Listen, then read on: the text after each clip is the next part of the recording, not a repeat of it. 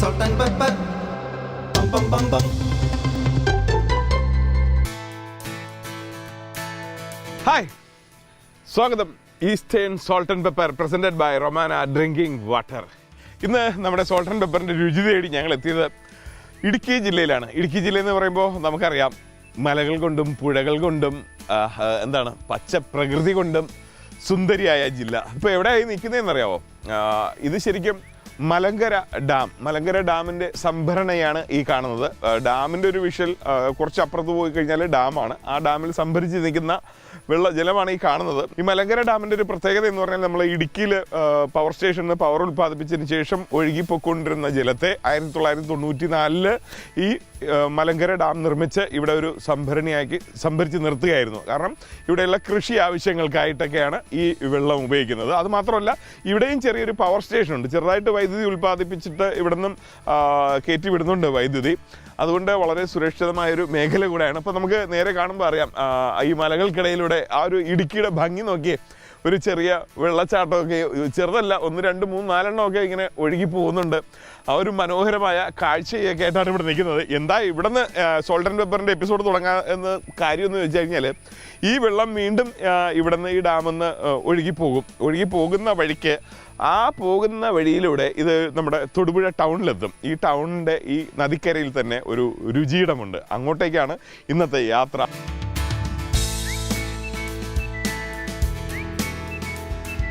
അങ്ങനെ യാത്ര ചെയ്ത് ഞങ്ങൾ തൊടുപുഴ ടൗണിലെ ബൈപ്പാസ് റോഡിൻ്റെ ഭാഗത്ത് എത്തിയിരിക്കുകയാണ്. നമ്മൾ നേരത്തെ കണ്ട ആ ഡാമിൽ നിന്ന് വരുന്ന ആ ജലമെല്ലാം ഇങ്ങനെ ഒഴുകി പൊയ്ക്കൊണ്ടിരിക്കുകയാണ്. അപ്പോൾ ഇതിൻ്റെ ഈ നമ്മുടെ ഈ മൂവാറ്റുപുഴ ആറിൻ്റെ കരയിലായിട്ട് തന്നെയാണ് നമ്മുടെ ഇന്നത്തെ ഡെസ്റ്റിനേഷൻ അൽ ഷാഫി ഹോട്ടൽ. അങ്ങനെ നമ്മൾ അൽ ഷാഫി റെസ്റ്റോറൻറ്റിൻ്റെ മുന്നിൽ എത്തിയിരിക്കുകയാണ്. ആഹാ, ഇന്ത്യൻ, ചൈനീസ്, അറേബ്യൻ എല്ലാത്തിനും വളരെ സ്പെഷ്യലായിട്ടുള്ള ഒരു ഹോട്ടൽ കൂടെയാണ്. അതുമാത്രമല്ല, കുഴിമന്തി എന്ന് പറഞ്ഞൊരു വലിയ ബോർഡാണ് എഴുതിയിരിക്കുന്നത്. അപ്പോൾ ഇവിടുത്തെ കുഴിമന്തിക്ക് എന്തോ ഒരു പ്രത്യേകത ഉണ്ടെന്ന് ഞാൻ വിചാരിക്കണം. അതുപോലെ ബിബിക്യൂ, ലസ്സി, സകല കാര്യങ്ങളുണ്ട് കേട്ടോ. എന്നാൽ പിന്നെ എനിക്ക് ഇത്രയും വലുതായിട്ട് കുഴിമന്തി ഇങ്ങനെ പ്രൊജക്റ്റ് ചെയ്ത് എഴുതണമെങ്കിൽ എന്തെങ്കിലും ഒരു പ്രത്യേകത കാണുമല്ലേ? അതും കൂടെ ഒന്ന് കണ്ട് ചോദിച്ചറിഞ്ഞേക്കാം. എന്തായാലും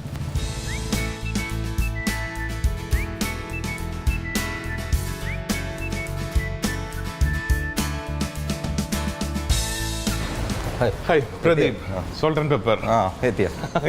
നേരത്തെ എത്തി. ഞാൻ ഈ ബോർഡ് കണ്ടിങ്ങനെ വളരെ കൗതുകത്തോടെ വരികയായിരുന്നു. ഫുള്ള് നമ്മുടെ സകല വിഭവങ്ങളും ഇവിടെ ഉണ്ടല്ലോ. അറബിക്ക് എല്ലാ വിഭവങ്ങളും തന്നെ. എന്തൊക്കെയാണ് ഇവിടുത്തെ സ്പെഷ്യലുകൾ? പ്രധാന ഐറ്റം കുഴിമന്തി തന്നെ. കുഴിമന്തിയാണ്. അതിന് എൻക്വയറി, അതായത് ഈ പ്രദേശത്ത് അങ്ങനെ ഒരു സംവിധാനം ഇല്ലാത്തതുകൊണ്ട് ഞങ്ങൾ അതിലേക്ക് കൂടുതൽ ശ്രദ്ധിച്ചു. ഈ അറബിക്കായിട്ടുള്ള എല്ലാ അറബിക്കായിട്ടുണ്ട്. പിന്നെ കുഴിമന്തി ഞങ്ങളുടെ സ്പെഷ്യൽ എന്ന് പറഞ്ഞാൽ ഞങ്ങളെ മന്തി കുഴിയടുപ്പിൽ തന്നെയാണ് നമ്മളിത് പാചകം ചെയ്തെടുക്കുന്നത്. ഇത് ശരിക്കും അതല്ല, ശരിക്കും 2 അടുപ്പുകൾ നമ്മൾ ഇതിൽ തന്നെ സജ്ജമാക്കിയിട്ട് അതിലാണ് നമുക്ക് ഇത് ചെയ്യുന്നത്. വേറെ എന്തൊക്കെ ഫെസിലിറ്റി ആവുള്ളത്? ജ്യൂസ് കോർണർ ഉണ്ട്. അത് സ്പെഷ്യലി നമ്മൾ പുറത്ത് വിദേശത്തൊക്കെ ജോലി ചെയ്ത ജ്യൂസറുണ്ട്, വെറൈറ്റി ജ്യൂസുകളുണ്ട്. പിന്നെ ഇത് ഞങ്ങളൊരു പുതിയൊരു സംരംഭമാണ്. അപ്പോൾ ഞങ്ങൾ കൂടുതൽ വിഭവങ്ങൾ ഇതിനകത്തേക്ക് എത്തിക്കണമുള്ളൂ. എനിക്ക് വലിയ കൗതുകം തോന്നിയത് ഇവിടെ ശരിക്കും റിയൽ ആയിട്ടുള്ള കുഴിമന്തി ഉണ്ടാക്കുകയാണ്. അതായത് ആർട്ടിഫിഷ്യൽ ആയിട്ടുള്ള ഈ മേളിൽ അടുക്കളയിൽ സെറ്റ് ചെയ്തിരിക്കുന്ന അടുപ്പല്ല, ശരിക്കും മണ്ണിനടിയിൽ തന്നെ കുഴി സെറ്റ് ചെയ്തിട്ട് കുഴിമന്തി നിർമ്മിക്കുന്നതാണ്. നമുക്ക് ആ കാഴ്ചയൊന്ന് കണ്ടാലോ? അതൊന്ന് കാണാൻ പറ്റും. എവിടെയാ അത്? നമ്മൾ താഴെ മെയിൻ കിച്ചണിലാണ്. മെയിൻ കിച്ചണിലല്ലേ? അതാ പിന്നെ ഞങ്ങളൊന്ന് അങ്ങോട്ട് പോട്ടെ. കാരണം അത് ഇറക്കി കഴിഞ്ഞാൽ പിന്നെ കിട്ടത്തില്ലല്ലോ. ഓക്കെ ചേട്ടാ, താങ്ക് യു സോ മച്ച്. അപ്പോൾ ഇവിടെ നല്ല തിരക്ക് വരികയാണ്. ചേട്ടൻ ഇനി ഇവിടുന്ന് മാറാൻ പറ്റത്തില്ല ഇന്ന ദിവസം. നമുക്ക് തൽക്കാലം അങ്ങോട്ട് പോയി ആ കുഴിമന്തി ഒന്ന് കാണാം.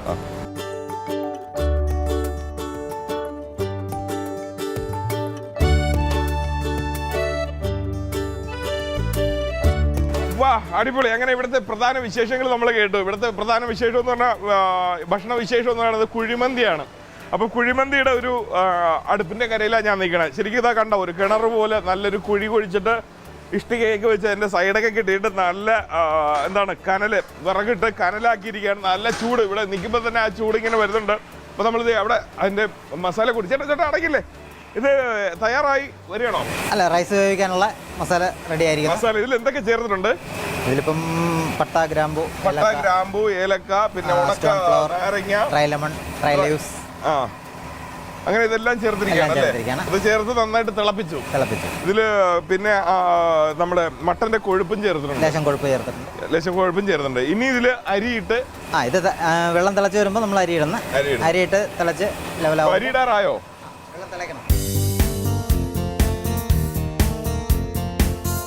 ഇനി അരിയിടുക. അരിയിടും നമ്മൾ.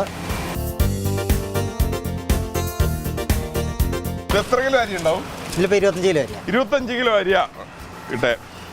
ചേട്ടന്റെ പേര് സുലൈമാൻ. ചേട്ടനാണ് ഈ അറബിക്കിന്റെ ഒക്കെ. അറബിക്ക് എന്തൊക്കെയുണ്ട് ചേട്ടനാ ഇത് കഴിഞ്ഞിട്ട്? മന്തിയുണ്ട്, കബ്സ, മദീനി, ബുഹാരി, മജ്ബൂസ്, മൽഹൂത്ത്. ഇതിപ്പോ ഇത് മുഴുവൻ ഇന്ന് തീരുവോ? ഇത് അടുത്ത 2 വട്ടം കൂടെ ചെയ്യണം. ഇത് ഏകദേശം ഇത് തീർന്നിട്ട് വീണ്ടും ഒരു ദിവസം ഇതുപോലത്തെ 3 എണ്ണം ഉണ്ടാക്കുന്ന.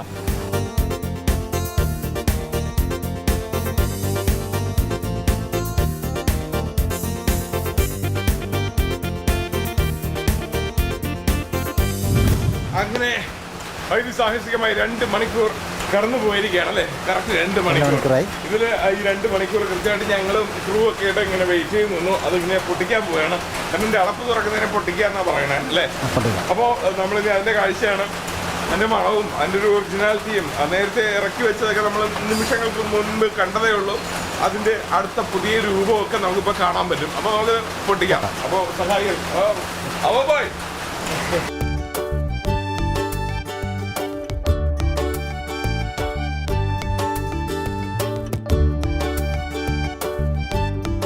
യെസ്, ഇതാണ് പൊട്ടിക്കുക എന്ന് പറഞ്ഞാൽ റിയലി ഇപ്പോൾ നടക്കുന്നതാണ് മന്തി പൊട്ടിക്കൽ. ചോറിനെ അങ്ങ് ഇളക്കുകയാണ്. ഇനി ഒന്നും ഇല്ല, ഇനി നേരെ ഇത് പ്ലേറ്റ് ചെയ്യുകയാണല്ലേ? ഇളക്കിയിട്ടിട്ട് നമ്മുടെ ഈ മേളിൽ വെച്ച ചിക്കനും അതോടൊപ്പം സെർവ് ചെയ്യുന്നു. ആ ഒരു മണത്തിൽ നിന്ന് തന്നെ അതിൻ്റെ ഒരു രുചിയൊക്കെ എനിക്ക് കിട്ടിക്കഴിഞ്ഞു. ഇനിയും ഉണ്ട് കേട്ടോ ഒരുപാട് രുചി വിശേഷങ്ങൾ. Eastern salt and pepper presented by Romana drinking വാട്ടറിൽ ഇനിയൊരു ഷോർട്ട് ബ്രേക്ക്. മടങ്ങി വരാം. Eastern salt and pepper presented by Romana drinking വാട്ടറിലെ രുചിക്കൂട്ടിലേക്ക്. അപ്പൊ നമ്മള് അൽ ഷാഫി അല്ലേ? അൽ ഷാഫിയുടെ ഒരുപാട് കാഴ്ചകളും കഥകളും ഒക്കെ കണ്ടും കേട്ടും. ഇനി നമ്മള് ഭക്ഷണ വിശേഷം എന്താണെന്ന് ഇങ്ങനെ കൗതുകത്തോട് എല്ലാരും കാതോർപ്പിച്ചിരിക്കുകയാണ് അല്ലേ? അത് കൂർപ്പിച്ച്. അപ്പൊ നമുക്ക് ഇനി അത് അങ്ങ് വെളിപ്പെടുത്താം. ഇന്നൊരു ഭയങ്കര വിഭവ സമൃദ്ധമായ ഒരു സദ്യവട്ടം ഉണ്ടാക്കുന്ന കണക്കാണ് ഒരു സംഭവം നമ്മൾ ഉണ്ടാക്കാൻ പോകുന്നത്. എന്താ നമ്മളിന്ന് ഉണ്ടാക്കണേ? നമ്മളിന്ന് ഉണ്ടാക്കാൻ പോകുന്ന ബീഫ് ഉലർത്ത് റോസ്റ്റാണ്. Beef ഉലർത്ത് roast. Okay, beef ഉലർത്ത് roast കേട്ടിട്ടുണ്ടല്ലോ, അങ്ങനെ കേട്ടിട്ടുണ്ടാവുമല്ലോ. അത് എങ്ങനെയാ ഉണ്ടാക്കുന്നതെന്ന് ഇതുവരെ കണ്ടിട്ടും കേട്ടിട്ടില്ലല്ലോ. ഞാൻ കാണാൻ പോവുകയാണ്. അപ്പൊ ബീഫ് ഉലർത്ത് റോസ്റ്റ്, അതിലേക്ക് നമുക്ക് എന്തൊക്കെയാ വേണ്ടത്? നമുക്ക് അതിലേക്ക് വേണ്ടത് പച്ചമുളക്, ടൊമാറ്റോ, സബോള, ഉലുവ, പെരിഞ്ചീരകം, മൈദപ്പൊടി, കുരുമുളക് പൊടി, മസാല, ഇത് വെളുത്തുള്ളി, കരിവേപ്പില, മല്ലിച്ചപ്പ്, ഇഞ്ചി. ഇത് ഉലത്ത് മസാലയുടെ കൂട്ടാണ്. മുളക് പൊടി, വെളിച്ചെണ്ണ, ഉപ്പ്, മഞ്ഞൾപ്പൊടി, മല്ലിപ്പൊടി, പുതിനയില. അപ്പൊ ഇത്രയും ഉണ്ടെങ്കിൽ നമുക്ക് ബീഫ് ഉലർത്ത് റോസ്റ്റ് തയ്യാറാക്കാം. അപ്പൊ നമ്മൾ സാധാരണ ബീഫ് റോസ്റ്റ് അല്ലെങ്കിൽ ബീഫ് ഉലർത്ത് ഇത് കഴിച്ചിട്ടുണ്ട്. പക്ഷെ ഇത് രണ്ടും കൂടെയുള്ള ഒരു ഫ്യൂഷൻ ആദ്യമായിട്ടാണ് അല്ലേ? അപ്പോ ഇതിലേക്ക് ഇത്രയും കാര്യങ്ങൾ മാത്രം പോരാ, ഒരു കാര്യം കൂടെ അത്യാവശ്യമായിട്ട് നമുക്ക് വേണ്ടതുണ്ട്. ആ സാധനമാണ് ഈ ഇരിക്കുന്നത്, ബീഫ് അല്ലേ? അതില്ലാതെ എന്ത് ബീഫ് ഉലർത്ത്? ശരി. അപ്പൊ ഇതിപ്പോ എത്ര കിലോ ഉണ്ട് ബീഫ്?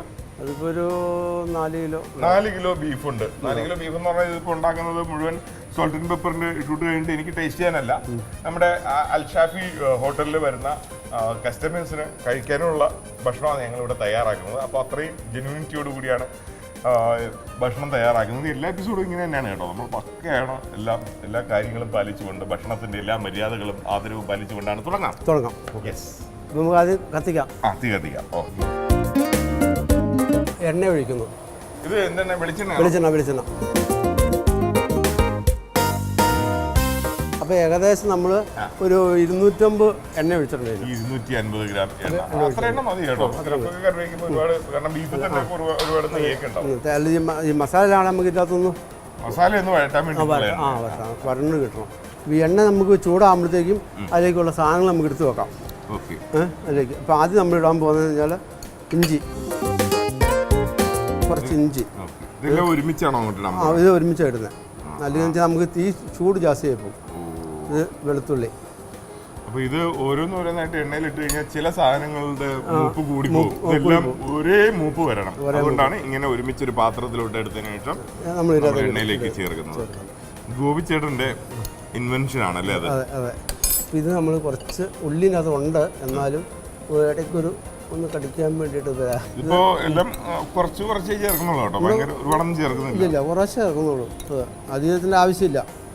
അപ്പം ഇത് നമ്മൾ മുളക് ഇത് കുറച്ച് മൂത്ത് കഴിയുമ്പോൾ ആണ് ഇതിൻ്റെ മസാല എല്ലാം നമ്മൾ പിന്നീട് ഇങ്ങനെ ഇതുപോലെ തന്നെ എടുക്കും. എല്ലാ മസാലയും ഇതുപോലെ മസാല എടുക്കും. നന്നായിട്ട് പഠിച്ച് മാത്രം പോരാ, ഓർമ്മശക്തി കൂടെ വേണം.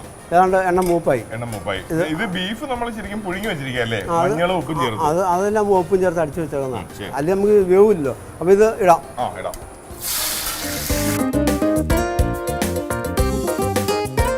ഇനി നമുക്ക് ഇതിൻ്റെ പൊടികൾ എടുക്കാം.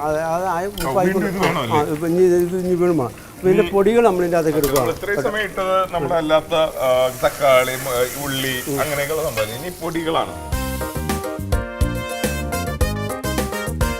ഇളക്കാൻ നമ്മൾ ആരും വന്നു. നമ്മളിതിപ്പോൾ ഇത് മല്ലിപ്പൊടി എടുക്കുന്നു കേട്ടോ. മല്ലിപ്പൊടി ഒരു 6 സ്പൂൺ മല്ലിപ്പൊടി. ഇത് നമ്മൾ മസാല ഒരു 3 സ്പൂണ്. ഇത് വറുത്ത മസാലയാണ്. അത് 3 സ്പൂൺ. അത് 3 തരം മസാലയുണ്ട്. വറുത്ത മസാലയിൽ എന്തൊക്കെയാ ഉള്ളത്? വറുത്ത മസാലയിലുള്ളത് മല്ലിപ്പൊടി, മുളക് പൊടി, ഗരം മസാല അങ്ങനെ ചേർത്ത് പൊടിച്ചാണ്. ഇത് ശകലം കുരുമുളക് പൊടി കേട്ടോ. കുരുമുളക് പൊടി ശകലം എടുത്തിട്ടുണ്ട്.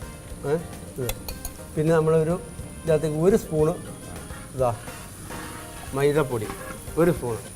ഒരു 1/2 സ്പൂണ് എടുത്ത് ഉപ്പ്. ഇതിനുള്ള നമ്മൾ എടുത്തേക്കുന്നത്. മുളക് പൊടി എടുക്കുന്നുണ്ട് കേട്ടോ. മുളക് പൊടി അപ്പോൾ ഒരു 5 സ്പൂൺ എടുക്കും. 5 സ്പൂൺ എടുക്കുന്നത്. അത് 1 സ്പൂൺ.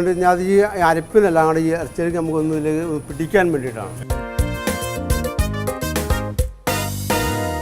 അപ്പോൾ ഇത് നമുക്ക് ആണ്ട് മൂപ്പായി.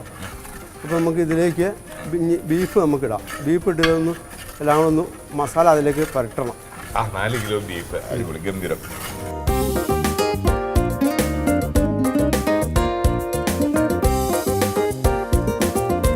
ഇതിലേക്ക് നമുക്ക് ഗ്രേവി ലേശം ഒഴിക്കണം. നമുക്ക് ഗ്രേവി എന്ന് പറഞ്ഞാൽ സ്റ്റോക്ക് വാട്ടറാണ്.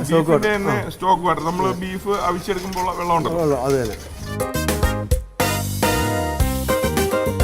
ഇത് നമുക്ക് ആ ഗ്രേവി ആവശ്യമുള്ള പോലെ ഒഴിച്ചു കൊടുക്കാം. ഗ്രേവി നമുക്ക് കൂടുതൽ വേണോ വേണ്ടയോ എന്നുള്ള ഡിപ്പെൻസ്.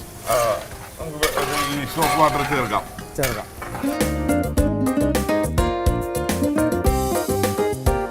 ഇതിപ്പോ എത്ര പേർക്ക് കഴിക്കാനുള്ള ഉണ്ടാവും? ഇതിപ്പോൾ കഴിക്കുകയാണെങ്കിൽ ഒരു എത്ര പ്ലേറ്റ് വിളമ്പാണെങ്കിൽ ഒരു 40 പ്ലേറ്റ് ഒക്കെ കാണും. 40 പ്ലേറ്റ് അല്ലേ? അപ്പോൾ ഇത് ആയിട്ടുണ്ട്. നമുക്ക് അതിലേക്ക് മാറ്റിയിട്ട് പിന്നെ നമുക്ക് ഇനി ചെയ്യാനുള്ളതെന്ന് പറഞ്ഞാൽ നമുക്ക് ഈ പൊടികളെല്ലാം ചേർത്ത് വെച്ച് കടുക് പൊടിച്ചൊഴിക്കാണ്ട്. ബീഫ് ഉലർത്ത റോസ്റ്റ് നമുക്ക് ഇതിലേക്ക് മാറ്റുന്നു. അപ്പോൾ നമ്മുടെ ബീഫ് ഉലർത്ത റോസ്റ്റിന്റെ ഏകദേശം 95% കംപ്ലീറ്റ് ആയിരിക്കുന്നു. അപ്പോൾ അതൊരു പ്ലേറ്റിലോട്ട്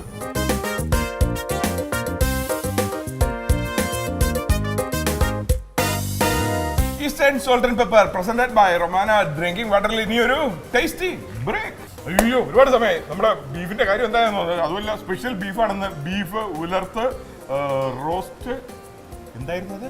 ബീഫ് ഉലർത്ത് റോസ്റ്റ്. അല്ല, നമുക്കൊരു കാര്യം ചെയ്യാം, എപ്പിസോഡിലേക്ക് അങ്ങ് മടങ്ങി വരാം. അപ്പോൾ പെട്ടെന്ന് അറിയാലോ, ഒരുപാട് കൺഫ്യൂഷൻ വേണ്ട.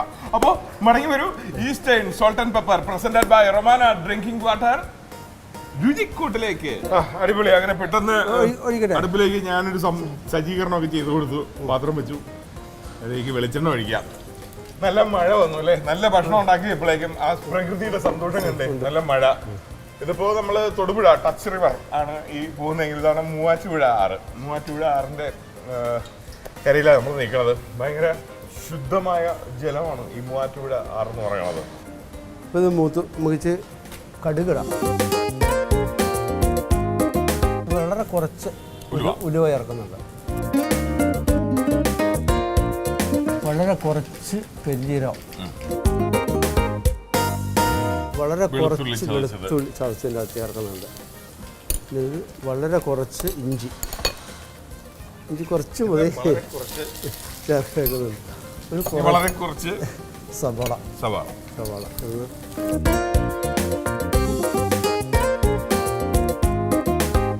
ഇനി അടുത്ത് ഏതാ വളരെ കുറച്ച് വേണ്ടത്? ഇനി നമുക്ക് തക്കാളി.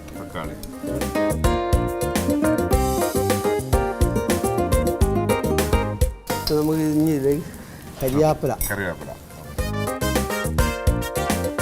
വളരെ കുറച്ച്, മല്ലിയില ഒരു 3-4 സ്പൂൺ വളരെ കുറച്ച്. ഇത് നമ്മളൊരു 1 സ്പൂണ് ചേർക്കുന്നുണ്ട് കേട്ടോ. 1 സ്പൂൺ പുതിനയില. അതെ, 1 സ്പൂൺ ലീഫ്. ഇനി നമ്മൾ ഈ ഉണ്ടാക്കിയ ഈ വളരെ കുറച്ച് എടുത്ത സാധനങ്ങളെല്ലാം കൂടെ വളരെ കൂടുതലായിട്ടിരിക്കുന്ന ഈ ബീഫിലോട്ട് ചേർക്കാൻ പോവുകയാണ്.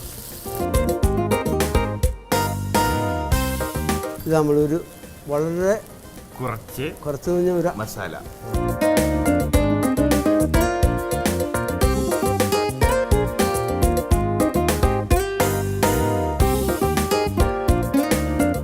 റെഡി ആയിട്ടുണ്ട്. നമുക്ക് ഇത് കഴിക്കാൻ നമുക്ക് പാത്രത്തിലേക്ക് എടുക്കാം.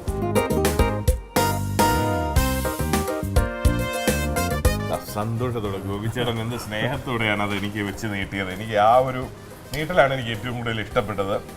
അപ്പോൾ ഇതിൻ്റെ ടേസ്റ്റ് അറിയുന്നതിന് മുമ്പ് മനോഹരമായി അലങ്കരിച്ച ഈ ബീഫ് ഉലർത്ത് റോസ്റ്റ് എല്ലാവരും ഒന്ന് കാണട്ടെ അല്ലേ? ആദ്യം ഗോപിച്ചേട്ടൻ്റെ കൈപുണ്യം ലോകം മുഴുവൻ ഒന്ന് കാണട്ടെ. എന്നാലും അങ്ങനെ തന്നെ ആയിക്കോട്ടെ. അപ്പോൾ നമുക്കിനി കണ്ടത് മതി. ഇതിൻ്റെ ഒരു ടേസ്റ്റ് നോക്കട്ടെ. Beef ഉലർത്ത് roast. Actually beef roast കഴിച്ചിട്ടുണ്ട്, ബീഫ് ഉലർത്ത് കഴിച്ചിട്ടുണ്ട്. ബീഫ് ഉലർത്ത് റോസ്റ്റ് ഫസ്റ്റ് ടൈമാണ് ഞാൻ കഴിക്കാൻ പോണേ.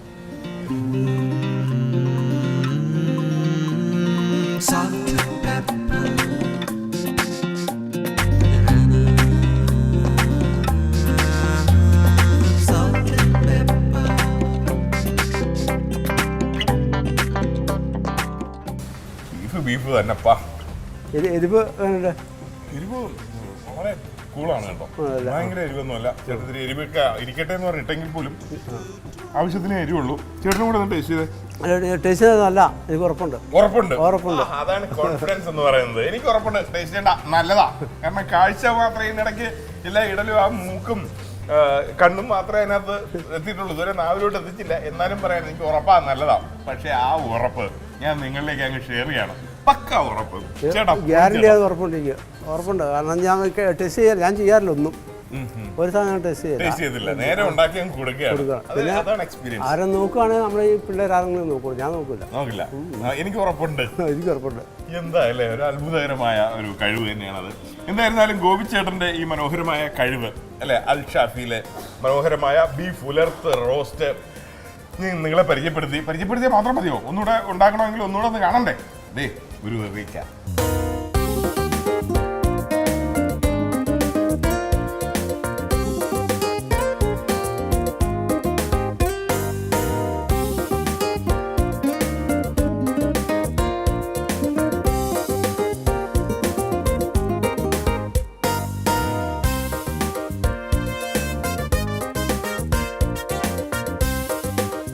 നമുക്ക് ഈ എപ്പിസോഡ് അങ്ങ് വൈൻഡപ്പ് ചെയ്യാല്ലേ?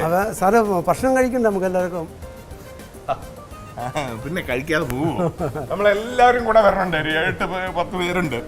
എല്ലാവരും കൂടെ വരുന്നുണ്ട്. ഈ ബീഫ് ഉലർത്ത് മാത്രമല്ല, വേറെ എന്തെങ്കിലും ചിക്കൻ റോസ്റ്റ് ഉണ്ടാക്കാം. അപ്പൊ ഇനിയിപ്പോ നമുക്കുള്ള ഭക്ഷണ ടൈമാണ്. നിങ്ങളെ ഞങ്ങൾ ശല്യപ്പെടുന്നില്ല. അടുത്ത ആഴ്ച മറ്റൊരു കഥയായിട്ട് eastern salt and pepper presented by Romana drinking വാട്ടറിന്റെ എപ്പിസോഡുകൾ എത്തുന്നതായിരിക്കും. അതുവരെ എല്ലാവർക്കും നല്ലത് മാത്രം വരട്ടെ, നല്ല ഭക്ഷണങ്ങൾ കഴിക്കാൻ ഇടവരട്ടെ.